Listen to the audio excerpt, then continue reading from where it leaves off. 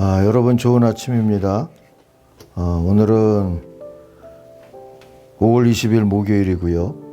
여기는 비전센터, 우리 솔틴 비전센터 5층에 있는 그런 솔틴홀입니다. 여기서 주일이면 고등부도 오전에 예배하고 또 점심 무렵에 우리 청년 공동체가 예배를 하는 곳이고요. 또 평상시에 여러 공연들을 할 수 있는 그런 곳으로 마련을 했습니다. 좋은 쓰임이 있도록 여러분 기도해 주시고 얼른 또 우리 고등부도 와서 예배할 수 있도록 기도해 주시기를 바랍니다.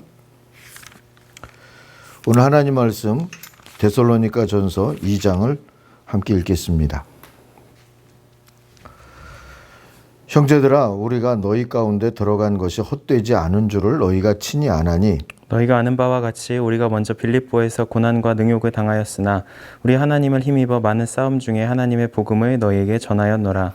우리의 권면은 간사함이나 부정에서 난 것이 아니요 속임수로 하는 것도 아니라 오직 하나님께 옳게 여기심을 입어 복음을 위탁받았으니 우리가 이와 같이 말하면 사람을 기쁘게 하려 함이 아니요 오직 우리 마음을 감찰하시는 하나님을 기쁘시게 하려 함이라. 너희도 알거니와 우리가 아무 때에도 아첨하는 말이나 탐심의 탈을 쓰지 아니한 것을 하나님이 증언하시느니라. 또한 우리는 너희에게서든지 다른 이에게서든지 사람에게서는 영광을 구하지 아니하였노라. 우리는 그리스도의 사도로서 마땅히 권위를 주장할 수 있으나 도리어 너희 가운데서 유순한 자가 되어 유모가 자기 자녀를 기름과 같이 하였으니 우리가 이같이 너희를 사모하여 하나님의 복음뿐 아니라 우리의 목숨까지도 너희에게 주기를 기뻐함은 너희가 우리의 사랑하는 자 됨이라.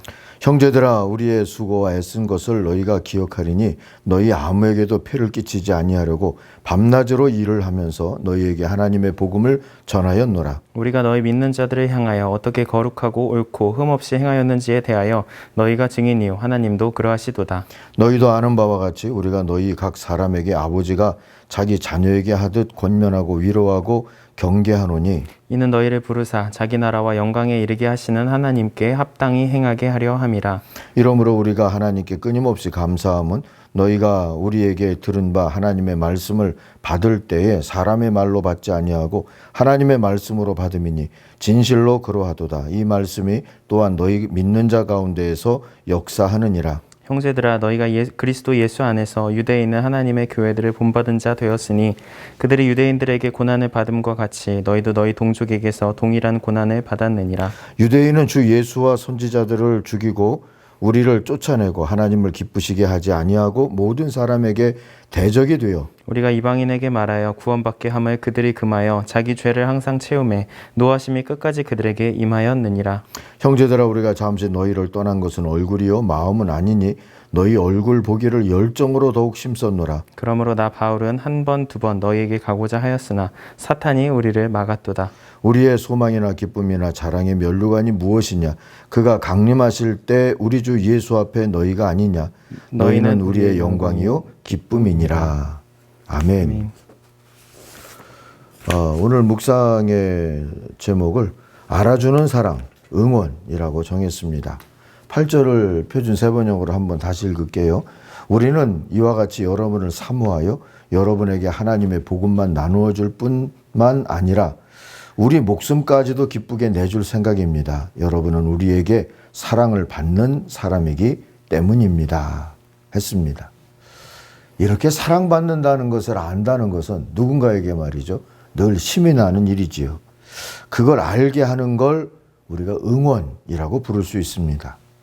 그래서 응원은 아가페 사랑, 곧 주님의 사랑, 살리고 고치는 그 사랑의 본질이 됩니다.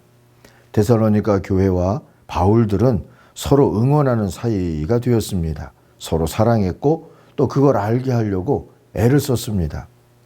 바울들은 요한복음 10장에 주님이 말씀하신 것처럼 제 양을 아는 선한 목자, 또 알아주는 그런 사람으로 데살로니가 교인들을 섬기고자 했습니다.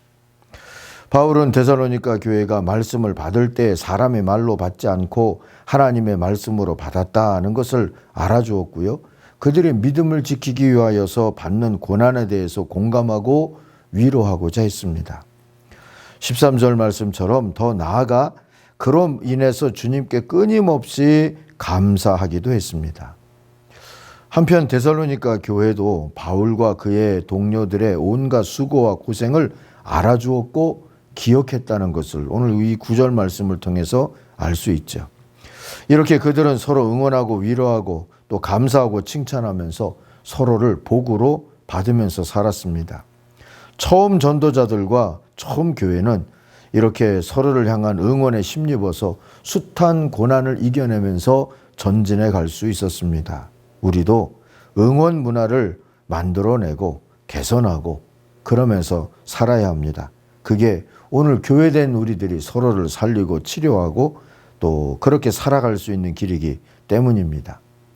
첫 번째로 알아주고 위로하고 그러는 것을 더 열심히 하십시다.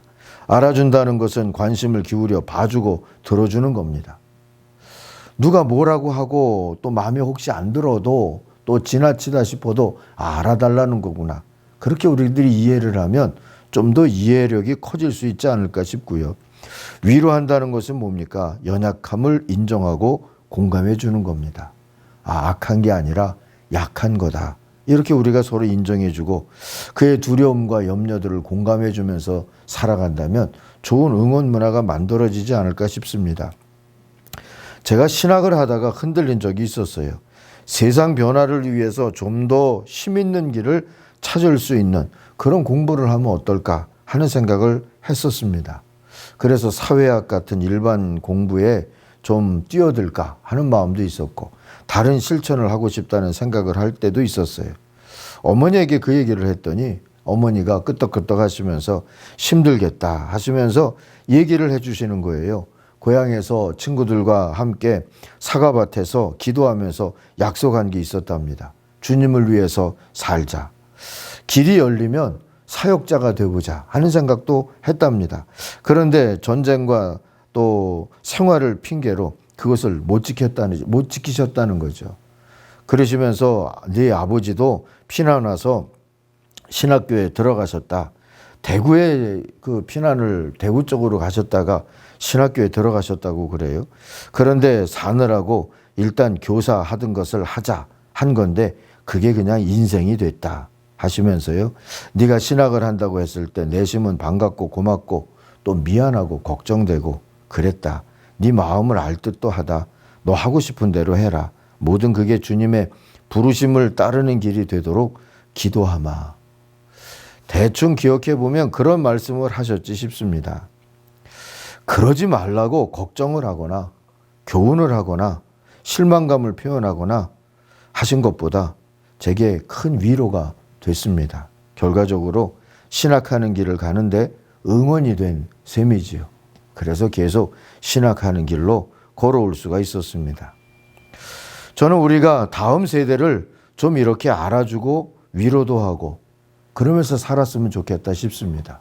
우리처럼 살아라. 그러기가 어려운 시대를 살고 있지 않습니까? 아이들이 처한 고난 또 어려움 그런 것들을 끄덕여주고 괜찮다고 위로도 해주고 응원해줄게 할 수 있으면 좋을 것 같아요. 우리가 선교도 좀 그렇게 알아주고 위로하고 그러는 교회가 되면 좋겠다 하는 생각이 듭니다.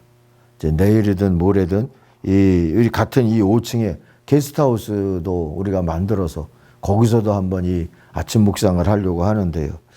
이 게스트하우스를 비전센터에 만들어 넣은 것은 우리 선교사님들과 선교를 조금 더 알아주기 위한 그런 일이다 하고 우리가 같이 마음을 공유했으면 좋겠습니다.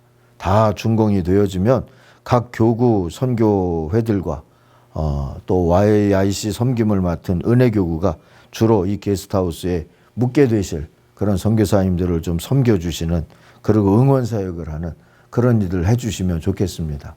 그렇게 기대하고 저도 응원하겠습니다.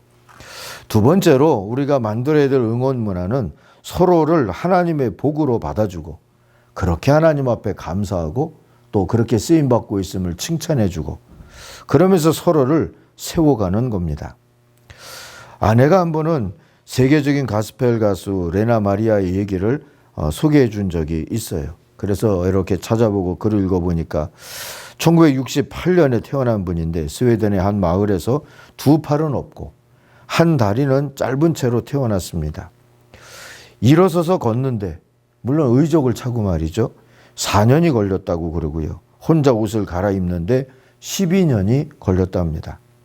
그러나 결국에는 혼자서 식사도 하게 됐고 바느질도 할 수 있게 됐고 그림도 그리고 머리도 빗고 화장도 하고 운전도 하고 그러면서 산답니다. 다만 발을 사용할 뿐인 것이지요. 88 올림픽 때 서울 올림픽을 비롯해서 장애인 올림픽에서 수영 부분에 참여해서 금메달 4개를 따낸 스포츠맨이기도 하고요. 천상의 목소리로 노래를 하는 세계적인 가스펠 가수가 됐습니다. 그녀의 책 발로 쓴 내 인생의 악보는 10개 나라 이상의 언어로 번역된 베스트셀러가 됐고요. 도대체 어떻게 그렇게 될 수 있었을까요? 그 사회에 좋은 제도나 편견 없는 사회 분위기나 같은 것을 들 수도 있겠지만 그보다도 그녀를 복으로 받은 부모님의 응원 덕분이 제일 컸다는 것을 책을 읽어보면 알 수 있습니다. 그 덕에 그녀도 가진 걸 복으로 받을 수가 있었던 것이지요. 응원하고 기다려주는 그러한 응원 덕에 그녀는 다시 태어나도 장애를 굳이 마다할 까닭이 없다 하는 말을 하면서 살 수가 있게 된 겁니다.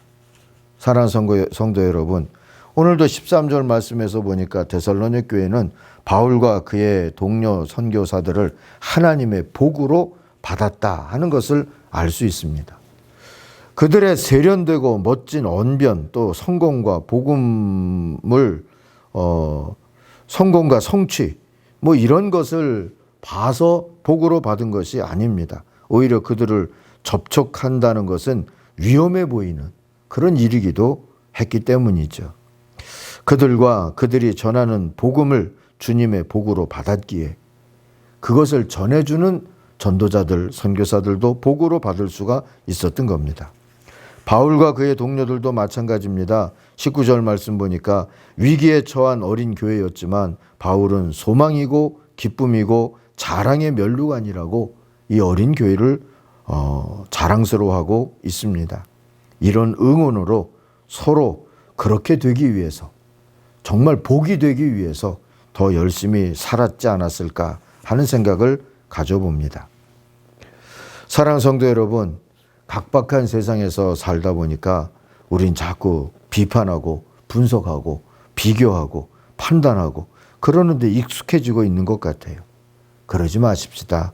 주님은 온유와 겸손으로 수고하고 무거운 짐진 그 사람들의 짐을 알아주셨고 받아주셨고 그러지 않았습니까? 천국은 그렇게 겸손과 온유로 응원해서 이루어지는 것이지 꼭 혁명으로 이루어지는 것이 아닙니다.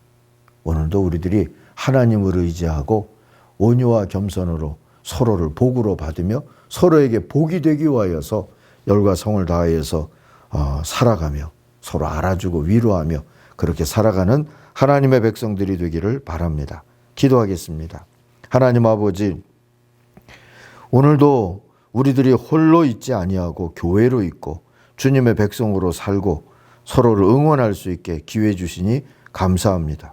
교회와 선교도 서로를 응원하며 살 수 있게 하나님 인도해 주시고 우리가 가족들끼리, 교우들끼리, 지체들끼리 서로 사랑으로 응원하며 살게 하여 주옵소서.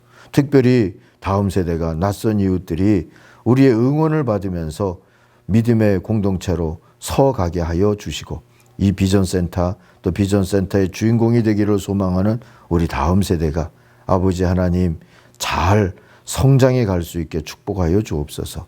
예수님의 이름으로 기도하옵나이다. 아멘. 하늘에 계신 우리 아버지, 아버지의 이름을 거룩하게 하시며 아버지의 나라가 오게 하시며 아버지의 뜻이 하늘에서와 같이 땅에서도 이루어지게 하소서. 오늘 우리에게 일용할 양식을 주시고 우리가 우리에게 잘못한 사람을 용서하여 준 것 같이 우리 죄를 용서하여 주시고 우리를 시험에 빠지지 않게 하시고 악에서 구하소서. 나라와 권능과 영광이 영원히 아버지의 것입니다. 아멘. 같이 기도하겠습니다.